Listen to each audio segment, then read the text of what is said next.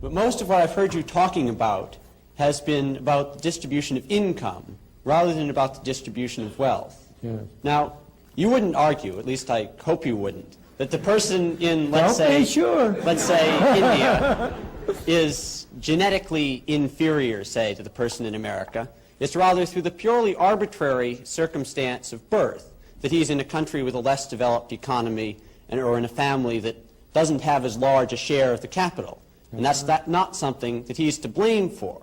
Oh, I'm not blaming anybody. Even if the free market system equitably works and everyone progresses an equal amount, that person who started out with a lesser share of the capital is still going to end up with a lesser share of the capital. That's right. And there's nothing in the free market system that's going to enable him to make up for what was a purely arbitrary deficit in the first place. And given that the kind of people who become successful capitalists do not become that way by giving away their wealth voluntarily, isn't it necessary to forcibly redistribute wealth before you can begin to operate under a capitalist system? No, it is not. The only way in which you can redistribute effectively the wealth is by destroying the incentives to have wealth. And the question is, what is the way, what is the system which will offer those people who are so unlucky as to be born without good positions, what is the system which will offer them the greatest opportunity?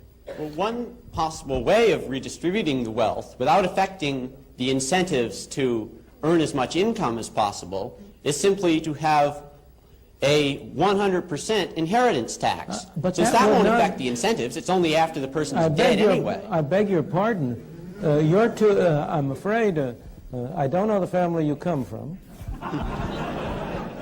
I don't, but as you grow up, you will discover that this is really a family society and not an individual society. We tend to talk about an individualist society, but it really isn't. It's a family society.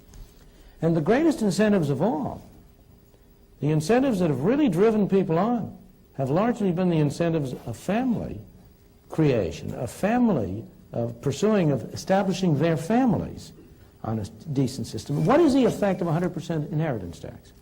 The percent of an 100% inheritance tax is to encourage people to dissipate their wealth in high living. What's the harm in that? The harm in that is that where do you get the factories? Where do you get the machines? Where do you get the capital investment? Where do you get the incentive to improve technology if what you're doing is to establish a society in which the incentive is for people who, if they by accident accumulate some wealth, to waste it in frivolous entertainment? You know, the thing is that the thing that is amazing that people don't really recognize is the extent to which the market system has, in fact, encouraged people and enabled people to work hard and sacrifice in what I must confess I often regard as an irrational way for the benefit of their children. One of the most curious things to me in observation is that almost all people value the utility which their children will get from consumption higher than they value their own. Here are parents who have every reason to expect that their children will have a higher income than they ever had, and they scrimp and save in order to be able to leave something for their children. I think you are sort of like a bull in a china shop if you talk about the 100% inheritance tax having no incentive effects.